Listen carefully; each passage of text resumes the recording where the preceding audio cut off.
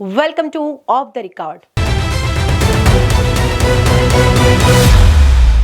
వరుస అరెస్టులతో ఏపీలో రాజకీయాలు ఒక్కసారిగా వేడెక్కాయి.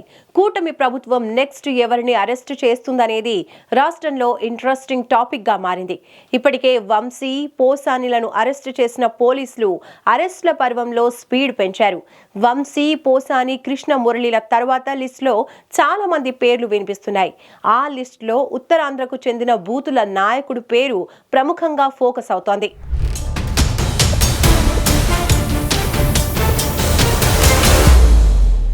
వైసీపీ ప్రభుత్వ హయాంలో కూటమి నాయకులపై నోరు జారిన ప్రతి ఒక్కరికి ఇప్పుడు భయం పట్టుకుంది. ఎక్కడ తమ వంతు వస్తుందో, ఎప్పుడు అరెస్టు చేస్తారో అని వణికిపోతున్నారు. ఇప్పటికే పోసాని కృష్ణమురళిని పోలీసులు అరెస్టు చేశారు.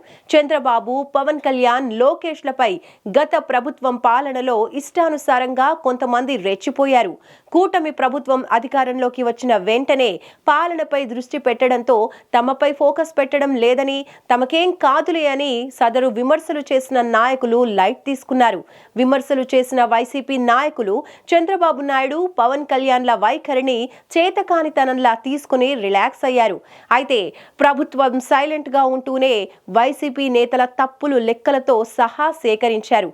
తప్పు చేసిన ఏ ఒక్కడూ తప్పించుకోలేరనే విధంగా చక్రం తిప్పారు. కేసులు నమోదు చేసి విచారణ జరిపిస్తున్నారు. బయటికి కూటమి నాయకులు ఎన్ని కేసులు పెట్టినా భయపడేది లేదని బుకాయిస్తున్నా లోపల మాత్రం చాలా భయపడుతున్నారట.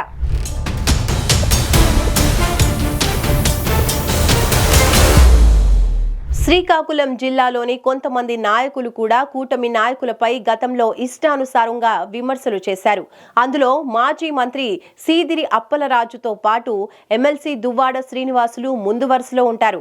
వారి బూతు పురాణాలపై కూడా కూటమి ప్రభుత్వం దృష్టి సారించిందట. రాష్ట్రంలో అరెస్టుల పర్వం మొదలవటంతో ఇప్పటికే సదరు నాయకులపై కూటమి పార్టీల నాయకులు, కార్యకర్తలు పలాస, టెక్కలి పోలీస్ స్టేషన్లలో ఫిర్యాదులు కూడా చేశారు. దువ్వాడ మీద అయితే రాష్ట్ర వ్యాప్తంగా పలు స్టేషన్లలో కేసులు నమోదవుతున్నాయి. వైసీపీ అధికారంలో ఉన్నప్పుడు ఎమ్మెల్సీ దువ్వాడ శ్రీనివాస్ చేసిన వ్యాఖ్యలు వివాదాస్పదమయ్యాయి. పవన్ కళ్యాణ్ పై చేసిన వ్యక్తిగత విమర్శలపై అప్పట్లో జన సైనికులు, వీర మహిళలు దువ్వాడను ఓ రేంజ్ లో టార్గెట్ చేశారు. దువ్వాడ శ్రీనివాస్ పై చర్యలు తీసుకోవాలి అంటూ పోలీస్ స్టేషన్లలో ఫిర్యాదులు చేశారు. కానీ అప్పట్లో వైసీపీ ప్రభుత్వం అధికారంలో ఉండటంతో జనసేన కార్యకర్తలు చేసిన ఫిర్యాదులను పోలీసులు పెద్దగా పట్టించుకోలేదు.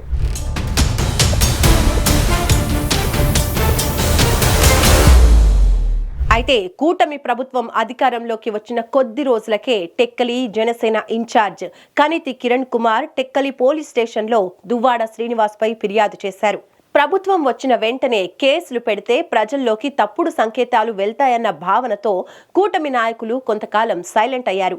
పూర్తిగా పాలనపై దృష్టి పెట్టారు. దాంతో ప్రభుత్వం తమను ఏమీ చేయలేదనే ధీమాతో వైసీపీ నాయకులు తిరిగి తిట్ల దండకం మొదలుపెట్టారు. తమను ఎవరేం చేయలేరని ప్రెస్ మీట్లు పెట్టి మరీ హడావిడి చేస్తున్నారు. దీంతో మిత్రపక్షాల కార్యకర్తలు తమ అధినేతలపై ఆగ్రహం వ్యక్తం చేయటం మొదలుపెట్టారు. కార్యకర్తలు ఎంత కోపంగా ఉన్నా ముఖ్య నేతలు మాత్రం సంయమనం పాటిస్తూనే వచ్చారు. ఇప్పుడు అలాంటి వారిపై చర్యలు మొదలయ్యాయి. ముఖ్యంగా జనసేన అధినేత పవన్ కళ్యాణ్ పై అనుచిత వ్యాఖ్యలు చేసిన వారిని ఒక్కొక్కరిని బయటికి లాక్కొచ్చే పని మొదలు పెట్టారు. మొదటగా సినీ నటుడు, వైసీపీ నాయకుడు పోసాని కృష్ణమురళిని పోలీసులు హైదరాబాద్ నుంచి ఎత్తుకొచ్చారు. పోసాని అరెస్టుతో పవన్ కళ్యాణ్ పై నోరు పారేసుకున్న మిగిలిన వైసీపీ నాయకులకు హెచ్చరికలు పంపినట్టయింది. తర్వాత వికెట్ ఎమ్మెల్సీ దువ్వాడ శ్రీనివాసే అన్న చర్చ శ్రీకాకుళం జిల్లాలో జోరుగా నడుస్తోంది. గత 5 ఏళ్ల పాలనలో దువ్వాడ శ్రీనివాస్ శ్రీకాకుళం జిల్లాలో చేసిన అరాచకాలు, దౌర్జన్యాలపై కూడా పోలీసులు దృష్టి సారించినట్టు తెలుస్తోంది. నిమ్మాడ పంచాయతీ ఎన్నికల సందర్భంగా జరిగిన అల్లర్లపై కూడా పోలీసులు ఫోకస్ పెట్టారట.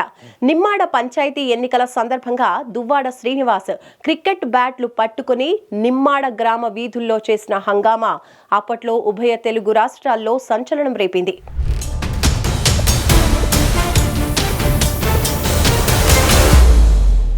మరోవైపు వివిధ జిల్లాల్లో జన సైనికులు దువ్వాడపై వరుస ఫిర్యాదులు చేస్తున్నారు.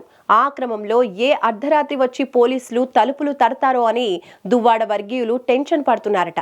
మరి చూడాలి దువ్వాడ విషయంలో ఎలాంటి పరిణామాలు జరుగుతాయో.